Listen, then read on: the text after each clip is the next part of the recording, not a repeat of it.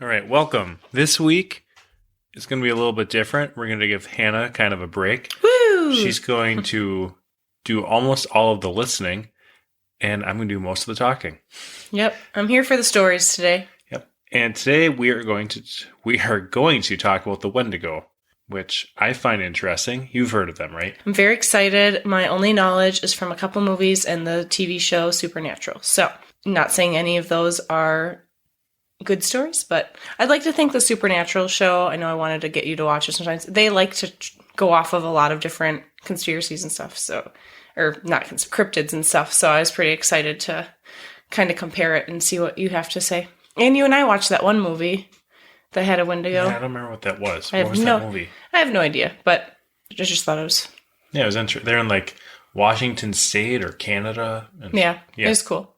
Yeah. All right, I'm here for the listen. Okay, so a lot of my stuff comes from AmericanHauntings.com and then some Minnesota travel stuff. And they say that some people thought that the Wendigo was the creation of horror writer Algernon Blackwood in a classic tale, The Wendigo.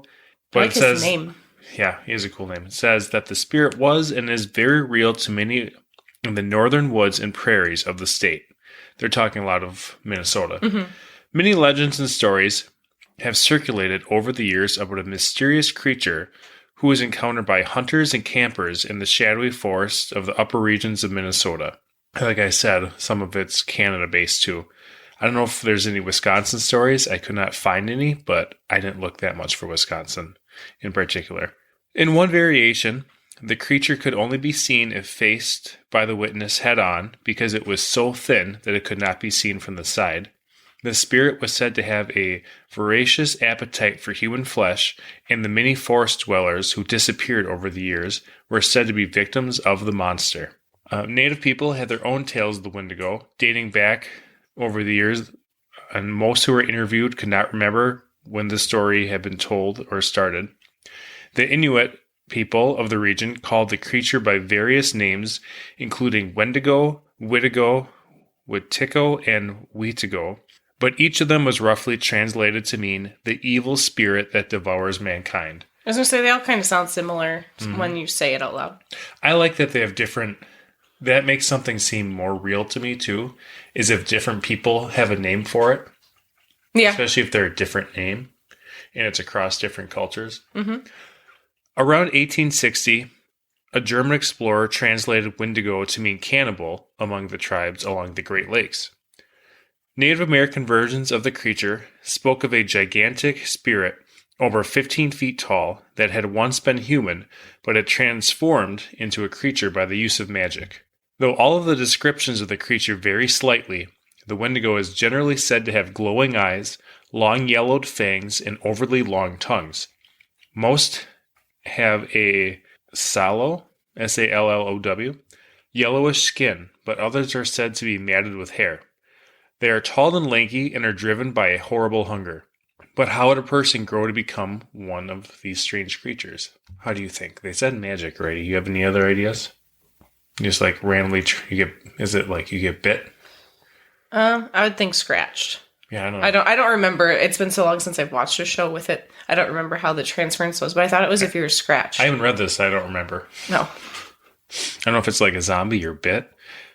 Anyway, they say according to the lore, the Wendigo is created whenever a human resorts to cannibalism to survive.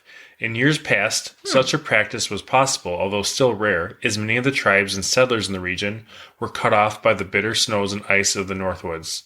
So think of the winters we'll have. Imagine trying to survive out like on your own. Yeah.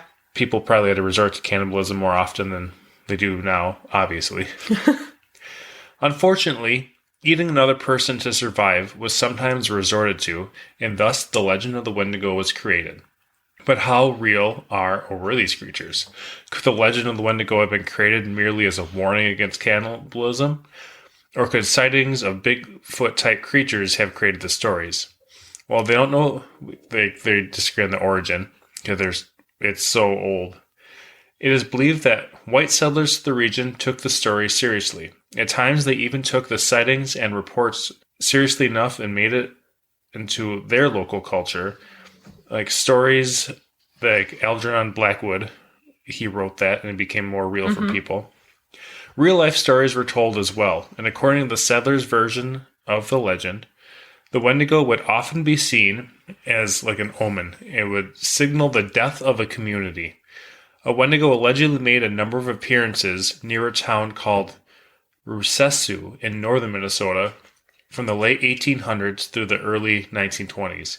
Each time it was reported, an unexpected death followed, and finally, it was seen no more. So pretty much the whole community got wiped out, and they kept seeing this thing. Even into the last century, Native Americans actively believed in and searched for the Wendigo. One of the most famous Wendigo hunters was a Cree man named Jack Fiddler. He claimed to kill at least 14 of the creatures in his lifetime, although the last murder resulted in his imprisonment at the age of 87. In October 1907, Fiddler and his son Joseph were tried for the murder of a Cree woman. They both pleaded guilty to the crime, but defended themselves by stating that the woman had been possessed by the spirit of a Wendigo and was on the verge of transforming into one entirely. According to their defense, she had to be killed before she murdered other members of the tribe. So it sounds kind of like a possession thing. Yeah. Like if it's a spirit or something. There's a good excuse to kill someone you don't like, too. Where she's like, I'm going to kill these people because... I'll get away with it. But they killed her. Anyway, there were still many stories that have come forth of people saying in northern Ontario, near the Cave of the Wendigo, and around the town of Kenora, which these sound like cool places to visit. And I'm not seeing any pictures of them when I look because I feel like it's hard to get a picture of a spirit. Yeah. And if you see a possessed person, you just have a picture of a person. Usually it's kind of boring. Like, look at this picture. Right, so they're saying that around this town, there's a creature that's been spotted by traders, trackers, and trappers for decades. There are many who still believe that the Wendigo roams the woods and the prairies in northern Minnesota and Canada.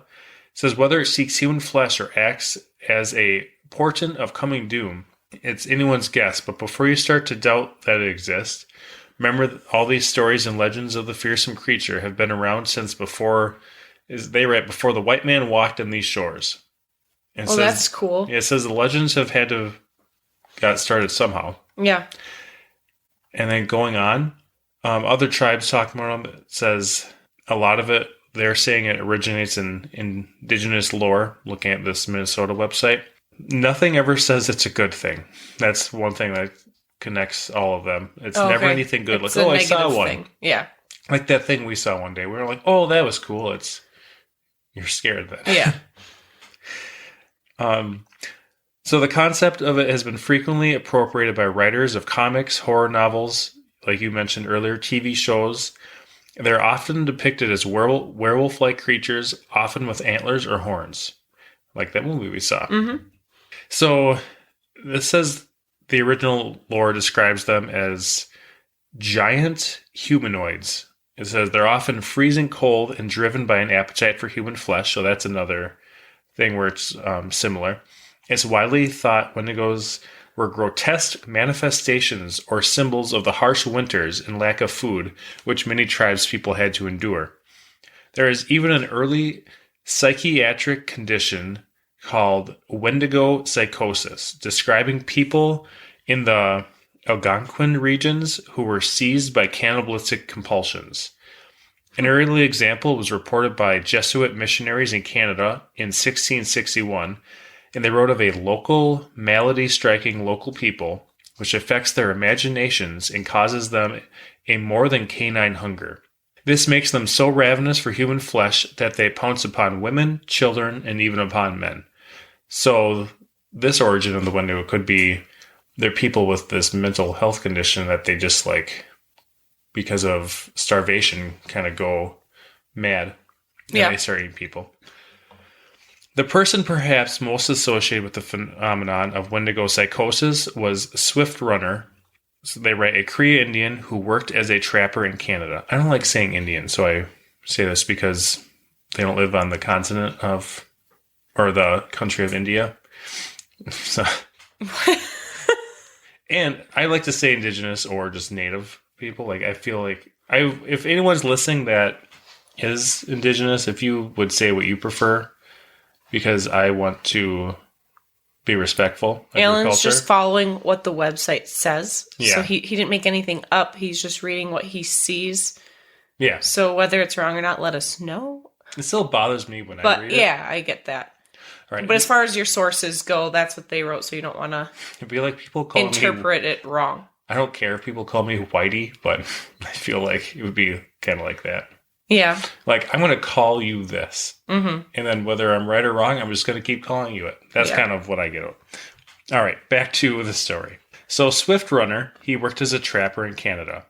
In the winter of 1878, he horrified his community by slaughtering and eating his own wife and children. Oh, wow. He later claimed that he'd been overcome by the spirit of a Wendigo. It's a defense that didn't prevent him from being sentenced to hang by a jury, and that included his fellow Crees. So, wait, everyone got in trouble for that? No. Oh. The jury, including... Oh, it included... Okay, sorry, I misheard that. I mean, his wife and children got killed. Well, yeah, that was his fault. Yeah, so... That's interesting. Yeah, that's the Wendigo. So whether it's people being overcome by like hunger and cannibalism, or if it's an omen, or an actual creature that we don't see often, or a possessed person. That's There's the Wendigo. so many different But interpretations. and it makes the woods a scarier place at night. Did it say how you kill it? No. Oh, wait, I take that back. It did say that if you use... They said white ash on a knife. Oh.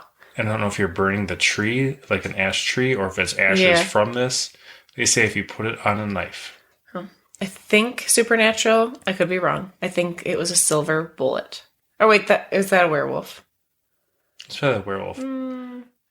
But I think it's the heart, though. You have to you have to hit its heart. Jab, jab, jab. This was, a knife with ash on it. But if it's a possessed human, I think just killing them in any way is gonna do the job. If it's a spirit, I could see it having to be something specific to like make the spirit just vanish. Could you spear it if it was a spirit? No. Okay. Yeah. I think next time, not next week, but at a later episode, we should do different stories of Wendigo sightings. I think that would be cool. Mm-hmm. See all the places, but if you find yourself up in Minnesota, I don't see why Wisconsin wouldn't have one, but we didn't dig that. You didn't dig into that, you said, but if you're in Minnesota or Canada and you've seen a Wendigo, or if you're anywhere and seen a Wendigo, please let us know, because that would be a cool story to share. I was going to ask you to find stories, and you could share individual stories, but I'm thinking now, since like it's introduced to you more, if you shared them at a later date, that works. All right, I'll cover the stories. Yeah, because I did the intro, then I can sit back and relax. Why don't we call this part 1 and next week's part 2? Yeah, I'll find stories too. No, it's gonna be all me. I just want to give you crap. It was really nice to sit back and relax this week. Sorry if I sound stuffy in the background though. Allergies are kicking my butt, even though it's winter. Well, it's our dogs and cats. Yeah, and I just did a craft project, so that didn't help. Yeah, sawdust. Yeah. All right. Well, thank you guys for listening to this nice, short and sweet episode. I like the little shorter ones. If you guys like when they're 15 and under, let us know. If you like when they're longer, I know some people. What? Nothing. I was just laughing at how you phrase something. It sounded funny to me. Oh, if you guys like it, damn it, I understood what you meant. No. Not saying what he meant. If you like it 15 minutes and under, let us know. If you like the episodes longer, we can dig deeper into things. Alan's just cracking up over there. I'm not saying why. It's very inappropriate. It's not appropriate. Yes, it is. So thank you guys for listening. If you have any creepy stories, please share them with us at creepytravelspodcast@gmail.com. And we'll talk to y'all next week.